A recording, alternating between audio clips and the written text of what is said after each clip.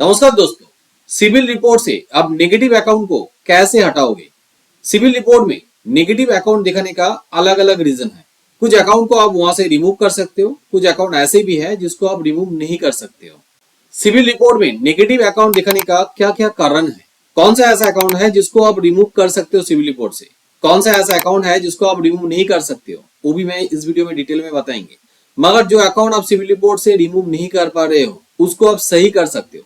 कैसे सही करोगे, और उस अकाउंट को सही करने के लिए आपको सिविल में कंप्लेन करना पड़ेगा। अब सिविल में कैसे कंप्लेन करोगे वो प्रोसेस भी इस वीडियो में मैं दिखाएंगे, तो वीडियो को जरूर एंड तक देखिए ताकि आपको सारे इन्फॉर्मेशन मिले। अब ये negative loan account in CIBIL ये होता है क्या। देखिए, आपका सिविल रिपोर्ट में जितना सारा लोन अकाउंट शो कर रहा है उसके अंदर में कोई अकाउंट में late payment, overdue, written off, settle, suit file, wilful default, ऐसा बहुत सारा नेगेटिव स्टेटस है जिस कारण से बैंक उन कस्टमर को लोन प्रोवाइड नहीं करते हैं। तो ये सारा अकाउंट नेगेटिव अकाउंट है और इसको आप कैसे सही करोगे, चलिए आगे हम लोग जानते हैं रीजन क्यों ये आता है सिविल रिपोर्ट में। सिविल रिपोर्ट में जो नेगेटिव अकाउंट शो करते हैं उसके अंदर में डेटा मिक्सिंग एरर एक बहुत बड़ा इंपॉर्टेंट रीजन है। Being a CIBIL activation agency हम लोग हमेशा ऐसा कस्टमर का फोन कॉल रिसीव करते हैं। ऑलमोस्ट हर दिन ऐसा कस्टमर हमारे पास आता है। डेटा मिक्सिंग के कारण से उनका सिविल रिपोर्ट में नेगेटिव लोन अकाउंट शो करते हैं।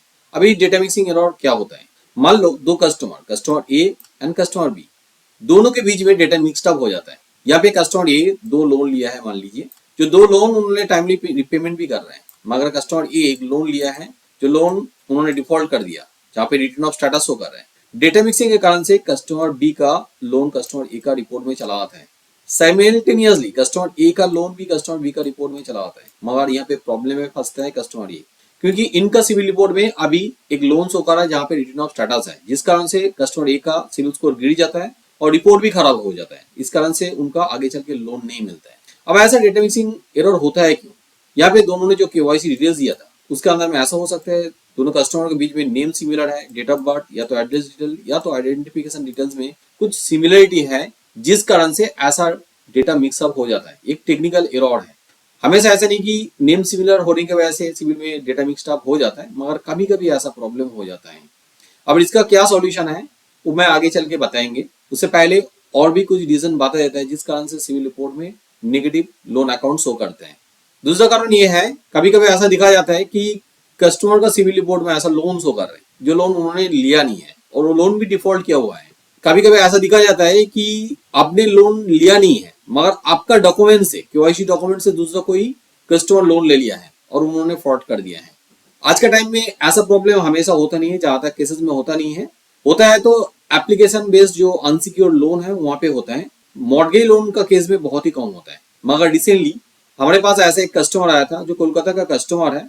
4 साल पहले LIC हाउसिंग फाइनेंस से किसी ने उनका केवाईसी डॉक्यूमेंट्स यूज करके हाउसिंग लोन ले लिया है, उस कारण से अभी उनको लोन नहीं मिल रहा है। तो ऐसा प्रॉब्लम भी हो सकता है, मगर सिविल में कंप्लेन करके, डिस्प्यूट रेज करके अब ये प्रॉब्लम सॉल्व नहीं कर सकते हो, जो पहला वाला केसेस में आसानी से होता है। यहाँ पे अब RBI में भी कंप्लेन कर सकते हो, वहां पे भी ज्यादा केसेस में प्रॉब्लम सॉल्व नहीं होता है। इस केस में आपको कंज्यूमर फोरम में या तो कोर्ट में केस करना पड़ेगा। जब वहां से कोई ऑर्डर मिल जाएगा आपको कि सिविल रिपोर्ट से इस डेटा को रिमूव करने के लिए, तब जाके बैंक मजबूर हो जाता है उस डेटा को आपका सिविल रिपोर्ट से रिमूव करने के लिए। मैं कभी ऐसा मना नहीं करते कि आप सिविल में कंप्लेन मत कीजिए, कंप्लेन जरूर कीजिए। ऐसा प्रॉब्लम आपको पता चले तो जरूर कोर्ट में या तो कंज्यूमर फोरम में केस कर दीजिए। थोड़ा लंबे टाइम लगता है मगर वहां पे प्रॉब्लम आपका जरूर सॉल्व हो जाएगा। तीसरा कारण, कभी कभी ऐसा होता है बैंक आपका लोन डिटेल्स टाइमली अपडेट नहीं किया, और जो रिपेमेंट टाइमली कर रहे हैं वो अपडेट ना करने की वजह से, या तो आपने लोन क्लोज कर दिया है वो अपडेट ना करने की वजह से आपका सिविल रिपोर्ट में प्रॉब्लम हो सकता है, स्कोर खराब हो सकता है। कभी कभी ऐसे भी होता है गलती से रॉन्ग रिपोर्टिंग हो चुका है, इस कारण से भी रिपोर्ट खराब हो जाता है। अब यहाँ पे सॉल्यूशन क्या है, अब सिविल में ऑनलाइन में डिस्प्यूट रेज कीजिए, जल्दी से ये अकाउंट रेक्टिफिकेशन हो जाता है, स्कोर भी अच्छा हो जाता है और अकाउंट भी सही हो जाता है। When you default your loan account, अब यहाँ पे क्या होता है, कोई कस्टमर लोन रिपेमेंट नहीं किया, उनका अकाउंट रिटर्न ऑफ हो चुका है, या तो उनके केस में बैंक मुकदमा कर दिया है पेमेंट ना करने के कारण से, सिविल रिपोर्ट में return of status default status हो करता है। कुछ केसेस में ऐसे भी होता है कस्टमर पहले लोन रिपेमेंट नहीं कर पा रहे थे, वहां पे ऑफर किया है सेटल करने के लिए, कस्टमर सेटल कर दिया है, सेटल भी एक नेगेटिव स्टेटस है जिस कारण से आगे लोन नहीं मिलता है। तो ये ऐसा स्टेटस आपका रिपोर्ट में दिखाएगा तो आप इसको सही कर सकते हो। यहाँ पे आपको पेमेंट करना पड़ेगा। पूरा पैसा आप पेमेंट कर दोगे तो आपका सिविल रिपोर्ट सही हो जाएगा। इसके लिए आपको पहला काम है, आप डिमांड लेटर ले लीजिए बैंक से, जितना इंटर ड्यू है पूरा पैसा आपको पेमेंट करना पड़ेगा। उसके बाद आप सिविल में ऑनलाइन में डिस्प्यूट रेज कर सकते हो। सिविल रिपोर्ट से नेगेटिव लोन अकाउंट हटाने के लिए मैं बार बार बोल रहा हूँ, ऑनलाइन में डिस्प्यूट रेज कर दीजिए सिविल में। अब ये कैसे करना है, अब प्रोसेस पहले समझ लेते हैं। देखिए, सबसे पहला काम है आप सिविल रिपोर्ट रीड कीजिए, क्योंकि आप अच्छे तरह से सिविल रिपोर्ट रीड करोगे तो आपको समझ में आएगा कि कहाँ पे प्रॉब्लम है, प्रॉब्लम क्या है, ये आइडेंटिफाई करना बहुत जरूरी है। उसके बाद आप आगे स्टेप बढ़ाइए। आपको प्रॉब्लम आइडेंटिफाई हो चुका है, उसके बाद आप डिस्प्यूट कीजिए सिविल में। अब सिविल में डिस्प्यूट दो तरीके से कर सकते हो। Initially being a CIBIL activation agency हम लोग भी वही फॉलो करते हैं। सिविल पोर्टल में लॉगिन करके आप ऑनलाइन में डिस्प्यूट रेज कर सकते हो। दूसरा है सिविल पोर्टल में जाके आप फॉर्म फिलअप करके डिस्प्यूट रेज कर सकते हो। अब यहाँ पे अभी तक आपने रजिस्ट्रेशन नहीं किया सिविल में तो आप लॉगिन नहीं कर पाओगे, पहले रजिस्ट्रेशन करवा लीजिए। अब रजिस्ट्रेशन करने के लिए मेरा ये वाला वीडियो देख सकते हो, यहाँ पे मैंने डिटेल में बताया हूँ कि कैसे आप रजिस्ट्रेशन करोगे, और वहां पे आपको फ्री रिपोर्ट भी पहले मिल जाएगा, वो भी आप देख सकते हो। उसके बाद आप लॉगिन करके ऑनलाइन में डिस्प्यूट रेज कर दीजिए। उस प्रोसेस के लिए मेरा एक कंप्लीट ट्यूटोरियल है यूट्यूब चैनल में, उस वीडियो का लिंक भी मैं नीचे डिस्क्रिप्शन में देके रखा हूँ, वो वाला वीडियो देख लीजिए। आप आसानी से ऑनलाइन में डिस्प्यूट रेज कर सकते हो लॉगिन करके। दूसरा और एक मेथड जिसके बारे में मैं बता रहे थे, सिविल पोर्टल में ऑनलाइन फॉर्म आपको मिल जाएगा, वो फॉर्म फिलअप करके डिटेल में आप लिख सकते हो जो भी प्रॉब्लम है, साथ में वहां पे आप डॉक्यूमेंट्स भी अटैच कर सकते हो। और ये वाला मेथड और भी पावरफुल मेथड है, यहाँ पे आप लिख सकते हो। इसलिए हम लोग being a CIBIL activation agency internally इसको रिटन कंप्लेंट भी कहते हैं। अब ये मेथड इसलिए पावरफुल है क्योंकि जैसे आप सिविल में कंप्लेन करते हो, सिविल आपका कंप्लेन बैंक में फॉरवर्ड करते हैं वेरिफिकेशन करने के लिए। अब यहाँ पे डिटेल सारा चीज लिख रहे हो और साथ में डॉक्यूमेंट्स भी अटैच कर रहे हो, no due certificate, payment receipt. Bank को देख के पता चलेगा कि आपका लोन ऑलरेडी क्लोज हो चुका है, आपको जल्दी से रेक्टिवेशन कर देता है। और डेटा मिक्सिंग का केस में यहाँ पे केवाईसी डॉक्यूमेंट्स भी अटैच करना पड़ेगा। केवाईसी डॉक्यूमेंट्स अटैच करोगे तो लोगों को पता चलेगा कि नहीं, ये लोन आपने नहीं लिया है, दूसरा किसी ने लिया है, तो वो भी रिमूव कर देता है जल्दी से। सिविल में रिटर्न कंप्लेंट करने के लिए सिविल का जो ऑफिशियल पोर्टल civil.com में जाना पड़ेगा। तो यूआरएल में लिखिए civil.com। मैं civil.com का होम पेज में चलाया हूं। ऊपर में मेनू बार, वहां पे एक देखिए सपोर्ट, एक ऑप्शन आपको मिलेगा, उस ऑप्शन में क्लिक कीजिए। जैसे आप क्लिक करोगे तो नीचे स्क्रॉल करके चलाइए, यहाँ पे देखिए कॉन्टैक्ट अस, इसका बगल में येलो कलर का एक बटन मिलेगा, इस लिंक पे क्लिक कीजिए।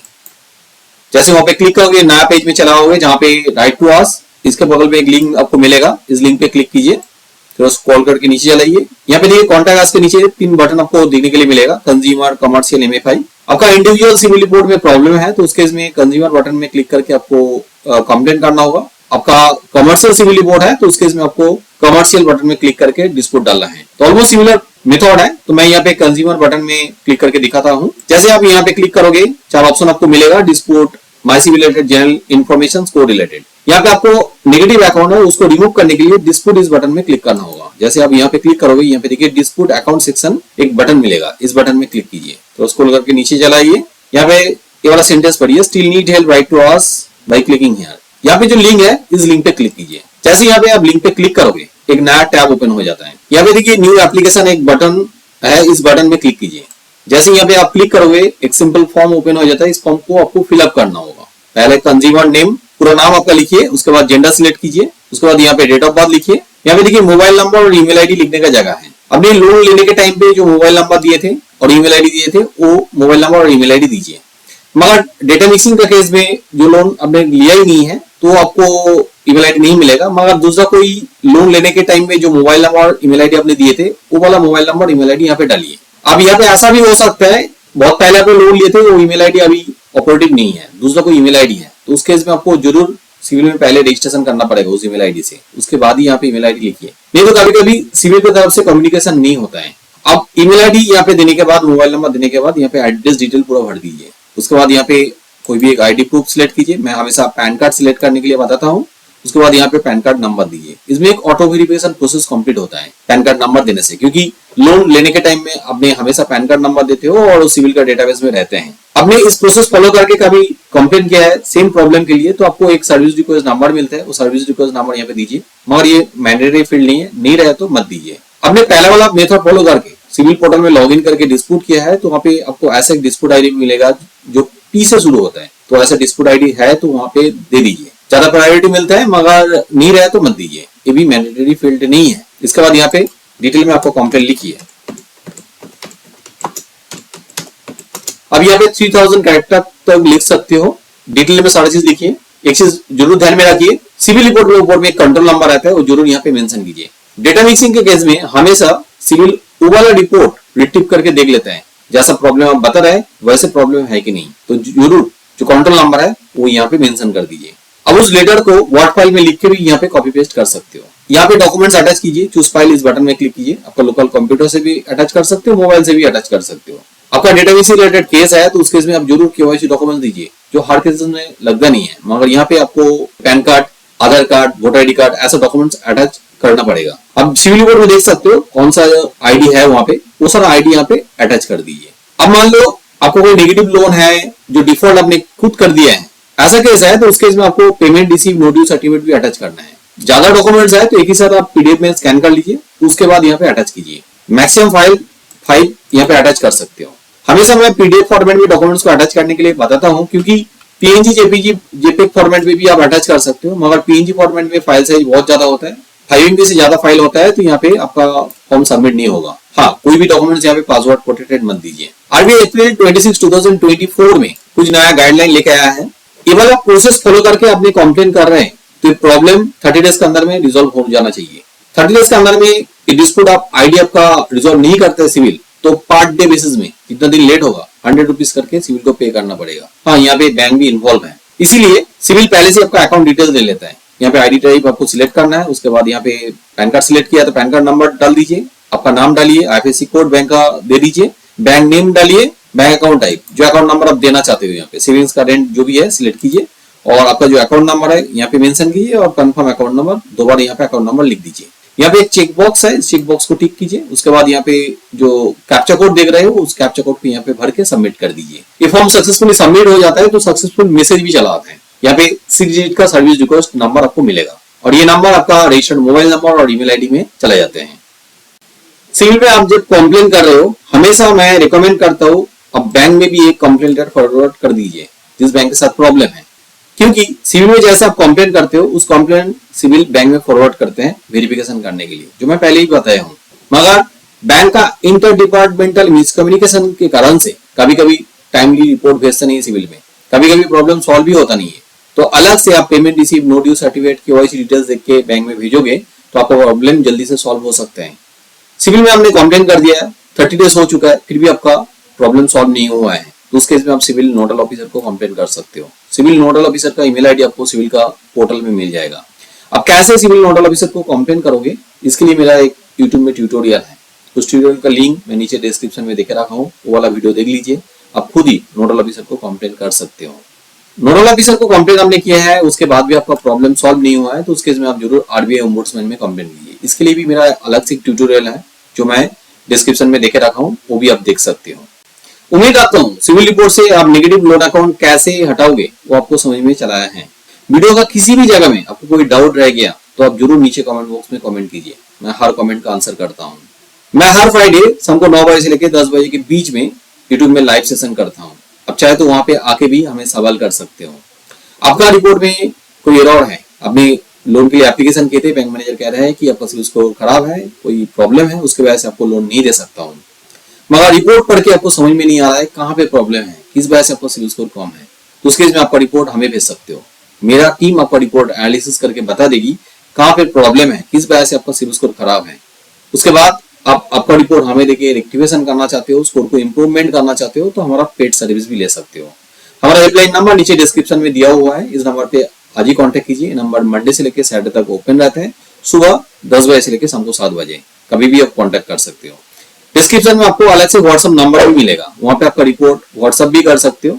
नेक्स्ट डे आपको व्हाट्सएप देख के मेरा टीम कांटेक्ट कर लेगी।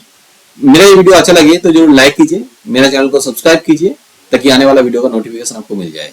हाँ, जरूर बेल आइकन को दबा दीजिए। वीडियो को एंड तक देखने के लिए बहुत बहुत धन्यवाद।